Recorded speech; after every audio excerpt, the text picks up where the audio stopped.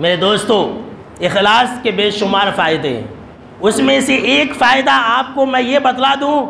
کہ اگر آپ اخلاص کے ساتھ نیک اعمال کریں گے اور چھپ کر کے کریں گے، جیسا کہ ابھی آپ نے سنا کہ مخلص کی پہچان یہ ہے کہ وہ نیکیوں کو چھپا کر کے انجام دیتا ہے، تو اللہ آپ کی پریشانیوں کو دور کر دے گا، اللہ آپ کی مصیبتوں کو دور کر دے گا۔ سن لیجئے، اگر آپ کو یقین نہ ہو تو میں صرف اشارہ کر دیتا ہوں، بہت ہی مشہور اور معروف بات ہے، صحیح بخاری اور مسلم کے اندر وہ واقعہ آپ یاد کیجئے کہ بنی اسرائیل کے 3 آدمی ایک غار کے اندر چھپ گئے تھے، بارش اور طوفان نے ان کے غار کے منہ کو بند کر دیا۔ وہاں پر ان لوگوں نے اپنے ان نیک اعمال کا وسیلہ لیا تھا جو انہوں نے اللہ کی رضا اور خوشنودی کے لیے انجام دیا تھا، اور ہر انسان نے ایک ہی جملہ کہا تھا کہ اللہ اگر ہم نے وہ نیک اعمال اگر تیری رضا اور خوشنودی کے لیے کیا تھا، ایک نے کہا کہ اللہ میں تجھے خوش کرنے کے لیے اپنی ماں باپ کی خدمت کیا کرتا تھا، ایک نے کہا کہ اے اللہ میں تجھے خوش کرنے کے لیے مزدور کے ساتھ حسن سلوک کے ساتھ پیش آیا، تیسرے نے کہا کہ اے اللہ میں تجھے خوش کرنے کے لیے اور تجھ سے ڈر اور خوف کی وجہ سے میں زنا نہیں کیا۔ ان تینوں نے اپنے نیک اعمال کا وسیلہ لیا اور کہا کہ اے اللہ میں نے تجھے خوش کرنے کے لیے یہ کیا تھا، اے اللہ تو جانتا ہے، اور اگر میں نے تجھے خوش کرنے کے لیے اخلاص کے ساتھ یہ کام کو انجام دیا تھا تو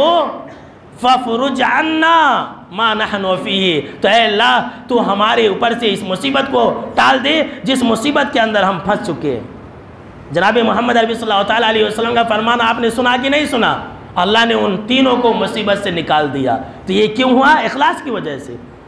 اگر آپ اپنے عمل کے اندر اخلاص رکھیں گے تو اللہ آپ کو برائیوں سے بھی بچائے گا۔ سن لیجئے، لوگ نیکیوں کو انجام دیتے ہیں، ہمارے جو نوجوان بھائی ہیں، نوجوان دوست و احباب ہیں، سن لے کہ وہ نماز بھی پڑھتے ہیں، برائیوں کے اندر بھی پھنسے رہتے ہیں، اور پھر سوال کرتے رہتے ہیں کہ مولانا ہم کیا کریں، ہم برائیوں سے بچ نہیں پاتے۔ تو سن لیجئے، قرآن یہ جواب دے رہا ہے کہ تم مخلص بن جاؤ، تم اپنے عمل کے اندر اخلاص پیدا کرو، اللہ تمہیں برائی سے بچا لے گا۔ یاد کیجئے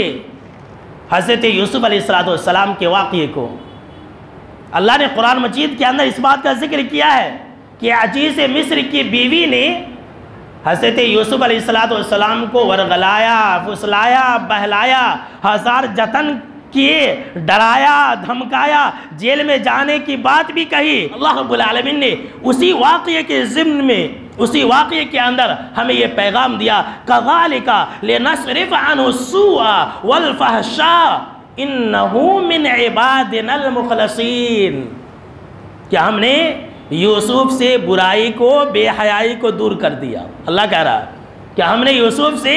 برائی کو اور بے حیائی کو دور کر دیا۔ کیوں؟ اس لیے کہ وہ ہمارے مخلص بندے تھے، اس لیے کہ وہ ہمارے منتخب بندے تھے، ان کے ہر کام کے اندر سچائی تھی، ان کے ہر ادا کے اندر اخلاص تھا۔ تو دیکھیے اللہ نے بچا لیا کہ نہیں بچا لیا؟